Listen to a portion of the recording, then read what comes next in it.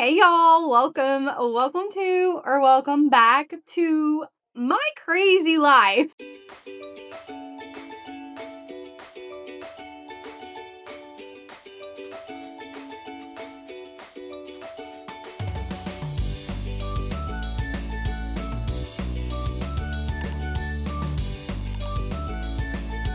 It's no secret that we're behind. Well, I'm behind, but Jen and I, the crazy girls that we are, decided to just drop whatever we're reading in the middle of, even though we still have like 3 or 4 vlogs that we're working on, and decided to read a Freida McFadden book. But before we get to that, there are a couple of things I want to talk to y'all about. One, I am dog sitting the most adorable little puppy. Y'all look. Her name's Allie. And she's a little miniature weenie dog, and look how cute she is.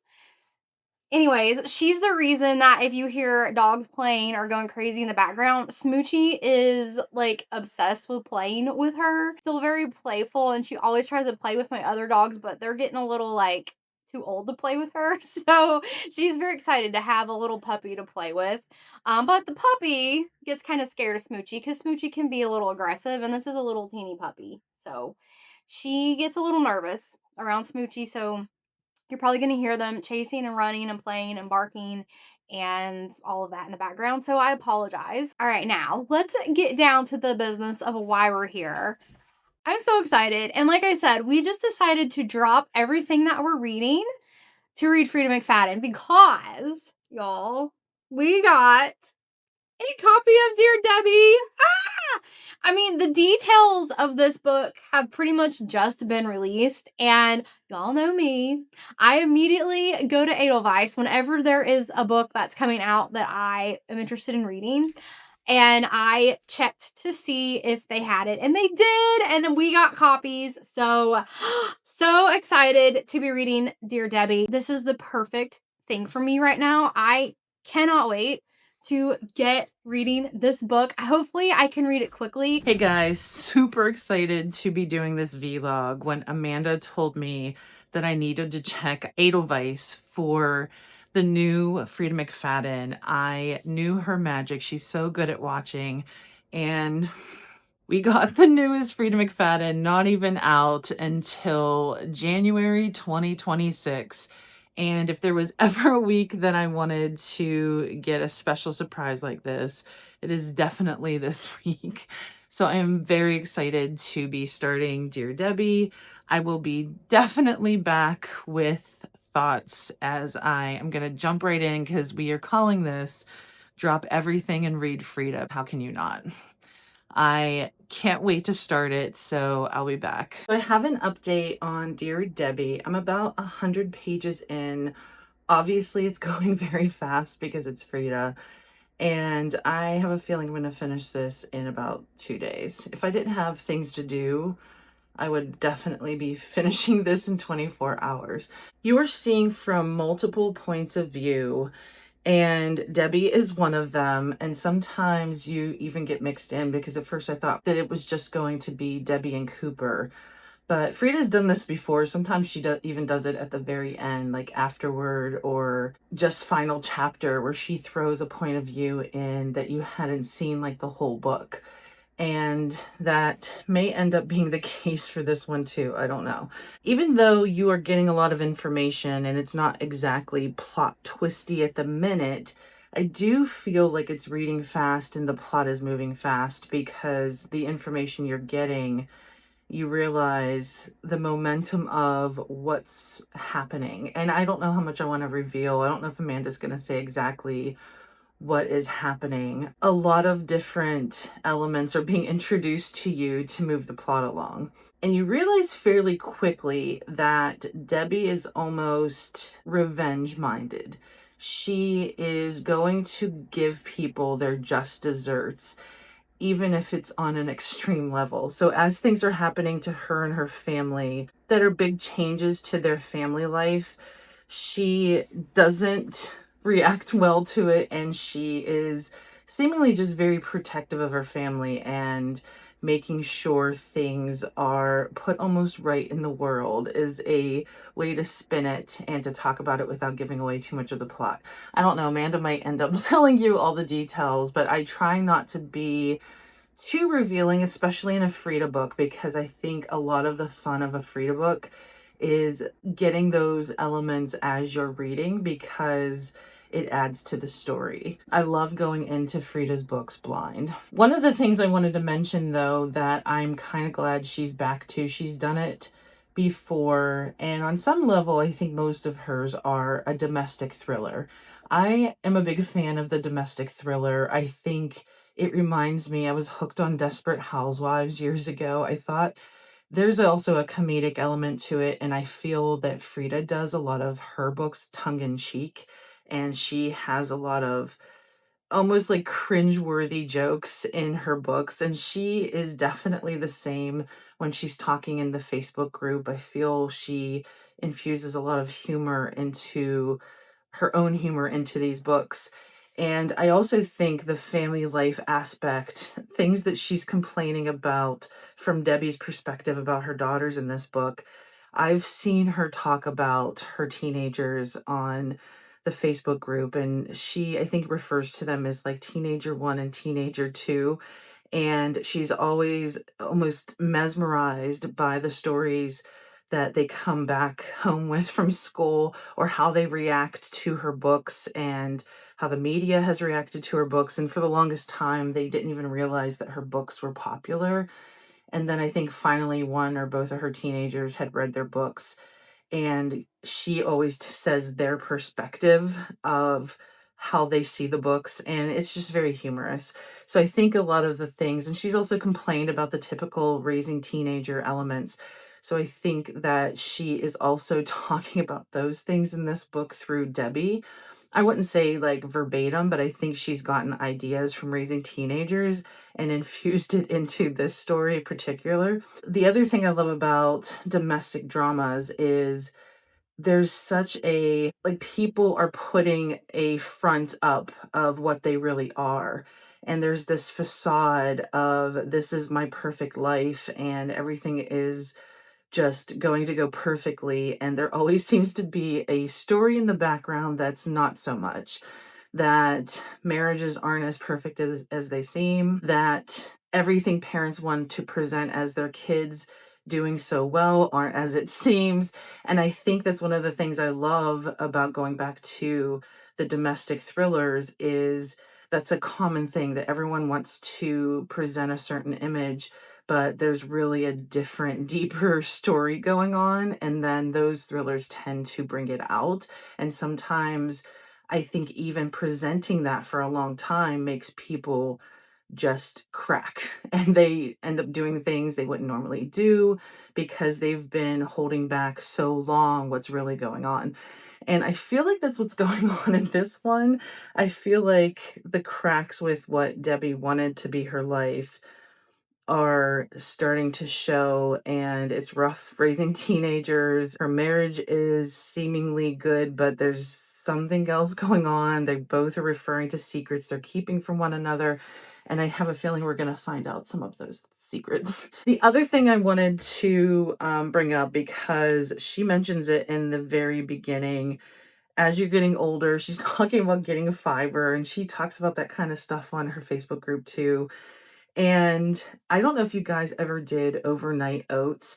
I tried them once before, but I think I just didn't do them very well and they didn't taste very well. So I saw a few different other recipes from like Pinterest, and I saw a couple of TikTok videos, and I tried it again. And this little glass jar is super cute too. I just bought these because I think one of the things I didn't like about the first time I attempted this were the plastic containers that I was using. I made a banana one, and last time I think I only put oats, maybe yogurt, milk, and chia seeds. There wasn't really any flavor in it. And this one has banana, yogurt. I did put some honey in this one.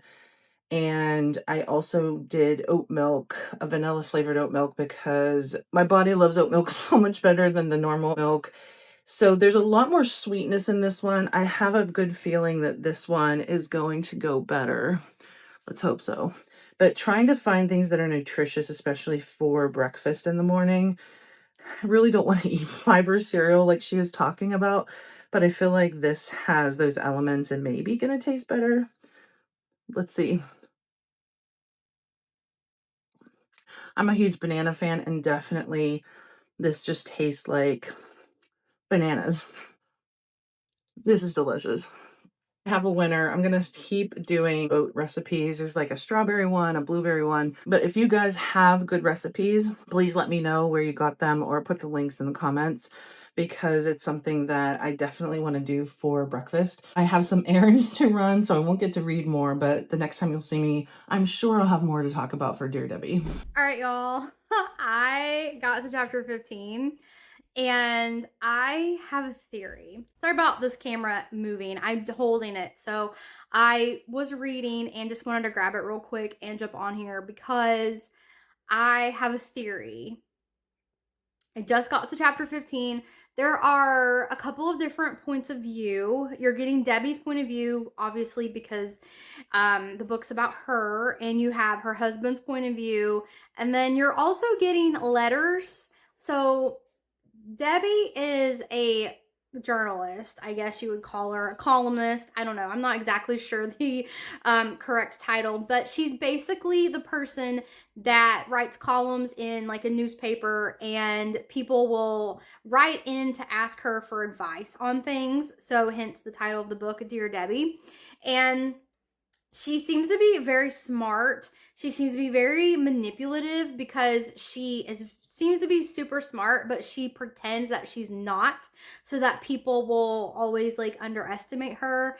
I really like Debbie's character so far. She's kind of dark, and I kind of like that. You know, like I don't think she's necessarily like serious, but she has these like dark thoughts about like how to resolve some of these situations, and it's just really entertaining. So, and I have a theory, but I have to talk to Jen about it. I don't know. I just came up with this theory. It's kind of wild, and I'm going to talk to Jen about it. I'm not going to talk about my theory because I don't want it to spoil something, because I feel like if I'm right, it will spoil the book for you. And if I'm wrong, it could also spoil the book for you, because you might have the same theory, and that might be part of like the twist at the end. Like if you're wrong, you know, sometimes if you're wrong, you have a theory and you're wrong and there's a twist, then like the twist is bigger because you like think you have it down and then you don't. So I don't know. I hope that makes sense.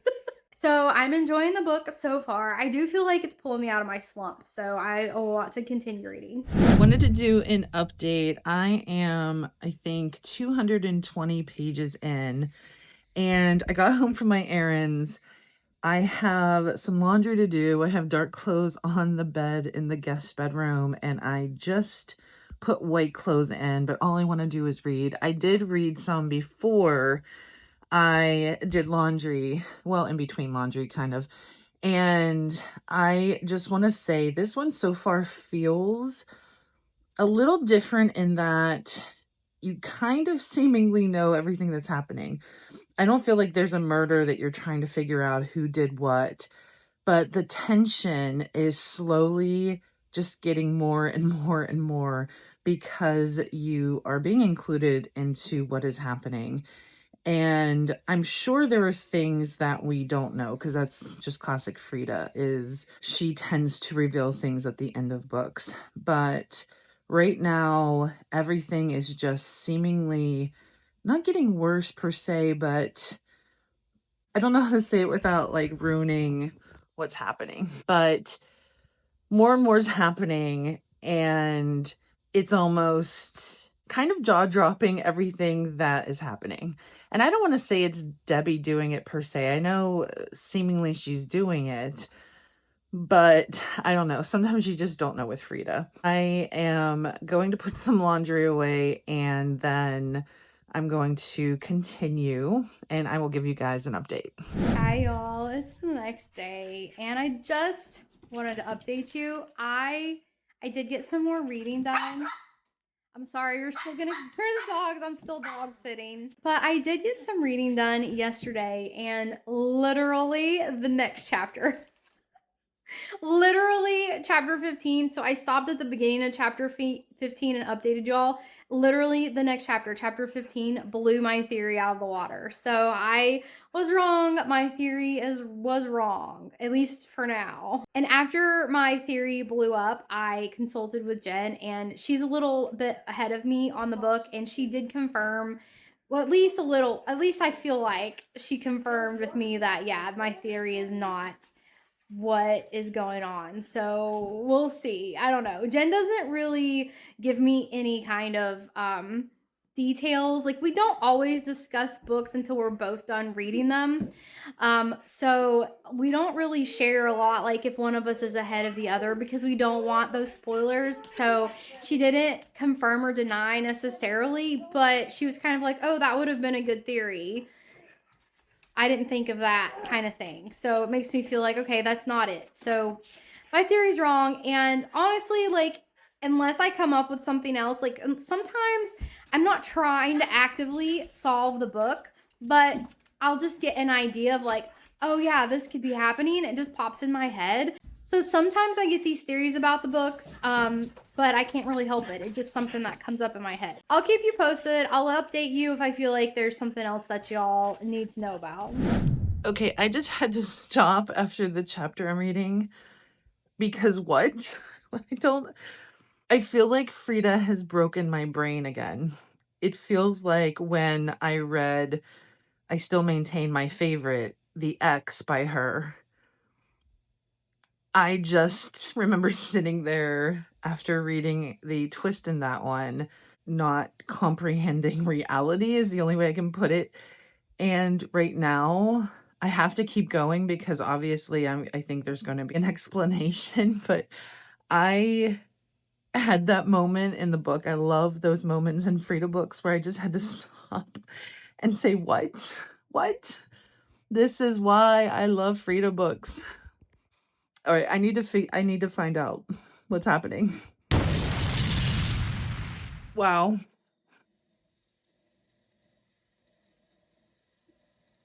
I definitely 5 stars. I am I'll be back with final thoughts. I got to sit on this book for a minute. I'll be back. Hey y'all, I am at Whole Foods waiting for my pickup order, so I thought I would just check in with y'all and let you know where I'm at with Mrs. Freida McFadden's Dear Debbie. I'm currently on chapter 28, which is Cooper's point of view, which is Debbie's husband. And y'all, this book has taken a turn towards like the darker side, and I'm loving it. I love book characters like Debbie. It's just getting really good.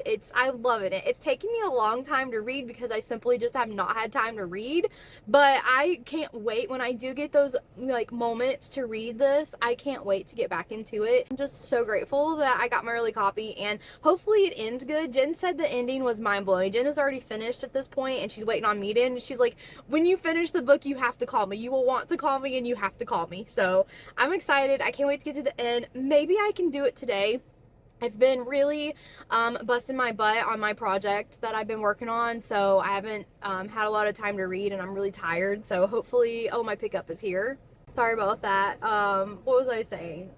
Yeah, okay. Jen said to call her at the end, and I just can't wait to see what the twist is at the end, because Freida keeps the twist coming and coming and coming and coming all the way to the end. There's no like peak twist and then you have to read the next 50 pages to get to the end of the book that just stretch on. It is like twist, twist, twist, twist, even in the epilogue. So I can't wait. I'm really excited. Hopefully I can finish today.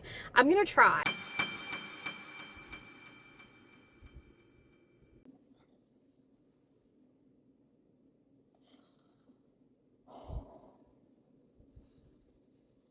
I'm back.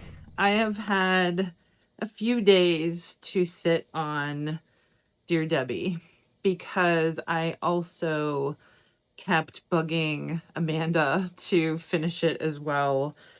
And I just wanted to kind of talk about it. And I think she also had some similar reactions to the end. I think this is a Freida one that we are for sure on the same page in terms of how we feel about it. It is definitely tied for number one. I actually feel like The Ex, Dear Debbie, and The Intruder are all, and I hate when I always feel like it's a cop out to say they're tied, but I feel like those three are my favorite, most shocking and moving Frida books. And I do feel like The Housemaid might even be number four. Sometimes I put Housemaid as my second most after I had read The Ex, because The Ex was just another level beyond The Housemaid. But this one for sure, like maybe The Intruder went to number two, but because I did really enjoy that, but it definitely didn't blow my mind like this one.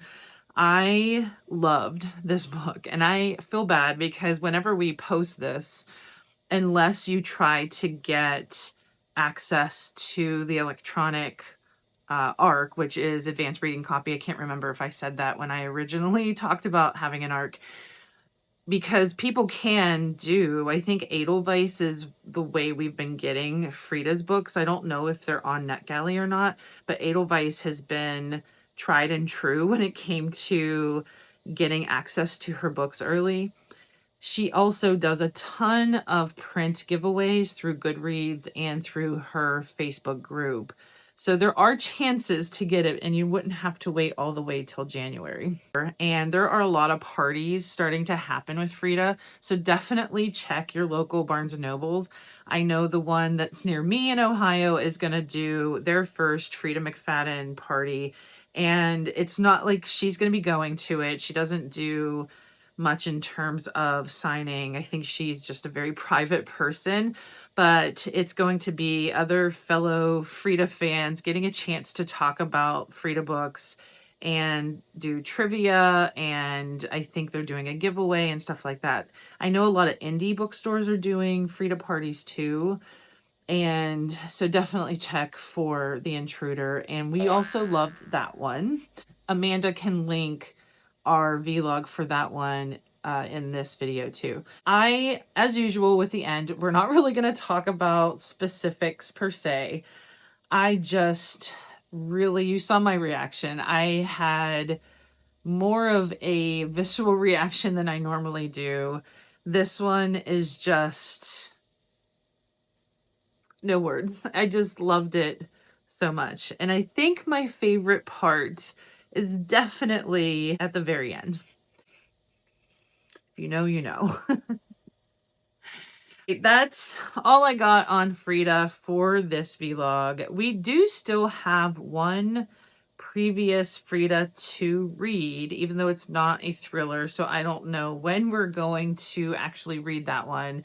It's Baby City is the one that I have the physical copy for, and I don't know if Amanda does, but at some point we should probably read that. I don't exactly know. I think it's going to be fiction, but maybe we can fit it in somewhere down the line.